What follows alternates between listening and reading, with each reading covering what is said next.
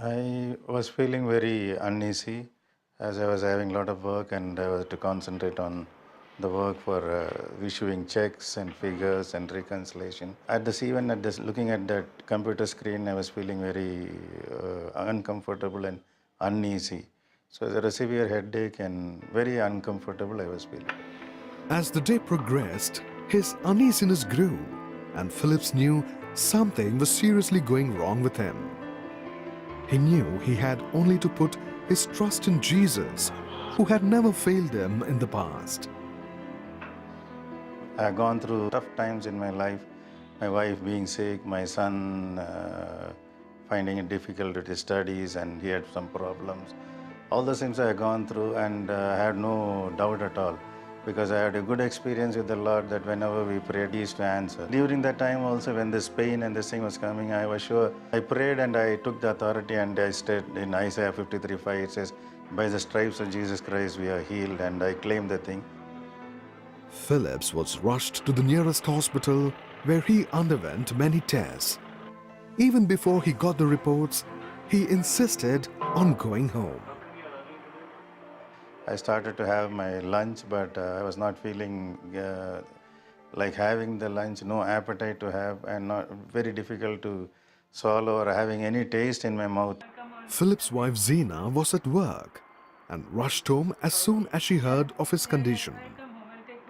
When I reached home, I saw that my husband was trying to eat food very disinterestedly. So I told him, go and take some rest. So after an hour, I tried to wake him up to give one more tablet. And then he was not waking up. Then I called my children and I said, let us take him to hospital. As we were taking him in the ambulance to the hospital, a verse flashed in my mind from the Bible, which says that women of faith got their dead husbands back to life. So surely God can bring him back. At the hospital, the doctors found that he was in a state of altered sensorium.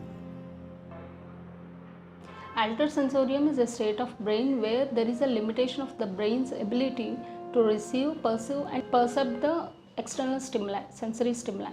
In this case, the patient had altered sensorium in the form of excessive irritability, irrelevant talk, drowsiness.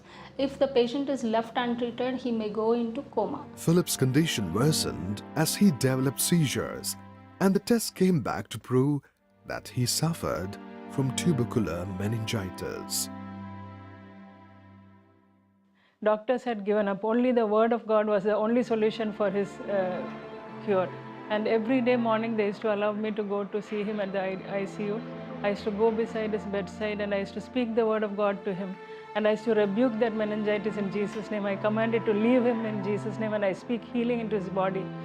He was completely unconscious, so his eyes were open. I was not even sure whether he could hear me.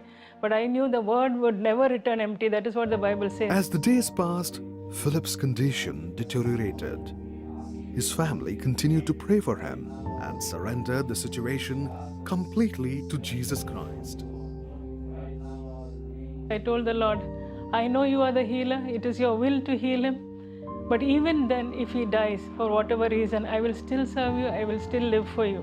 And that was the moment that I just broke down, because I said that, God, I just trust in you. And I didn't know that unknown to me, my two sons also surrendered to the Lord completely, telling them no matter what, we will serve you, because we know that your word is the truth and you are the healer. But even if he dies, we will still live for you. My main aim during that time was to be with my mother, to comfort her, to strengthen her, to make her feel a little more better than what she was feeling, because I knew she is going through much more than what I was going through. In answer to their complete submission, the very next day, God worked a great miracle. As I walked into the ICU, the doctor came running from the other end of the room and he said, Madam, your husband has spoken. And even the nurses who were treating him said that uncle has spoken, and he said that he has his name, he said, and he said he has 2 children and things like that. And then he was sitting up on his bed and he was smiling at me, in fact. So I was so happy because I just knew that God has done a miracle before my eyes. The doctors were amazed to see a drastic improvement in Philip's condition and declared him out of danger. Slowly I started regaining and they started giving me food. The food was so tasteless and I was feeling so irritated. I used to tell, what sort of a food you are giving?